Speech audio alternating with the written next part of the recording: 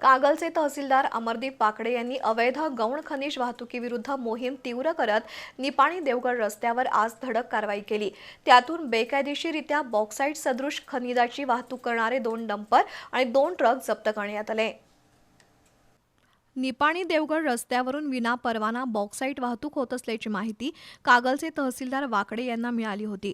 त्यानंतर महसूल विभागानं सापळा रचत संशयित वाहनांवर लक्ष ठेवलं। त्यातून 2 डंपर आणि 2 ट्रकची तपासणी केली असता त्यामध्ये मोठ्या प्रमाणात बॉक्साईट साठा आढळून आला। तहसीलदार कार्यालयानं ही 4ही वाहनं जप्त करून मुरगुड पोलीस ठाण्याकडे सुपूर्द केली आहेत। गेल्या काही वर्षात राधानगरी, भुदरगड आणि कागल तालुक्यात मोठ्या प्रमाणात बॉक्साईट आणि गौण खनिजाचं अवैध उत्खनन केलं जात आहे, मात्र त्यावर कठोर कारवाई होत नाही। आताही केवळ वाहतूक करणारी वाहनं ताब्यात घेऊन न थांबता या अवैध उत्खननामागील मुख्य सूत्रधारांवर कठोर कारवाई होणं आवश्यक आहे। या अवजड आणि बेकायदेशीर वाहतुकीमुळे रस्त्यांची सुद्धा प्रचंड दुरवस्था होतीये। यापुढेही कागल तहसीलदारांकडून कारवाईमध्ये सातत्य राहणार काय, हा मूळ प्रश्न आहे।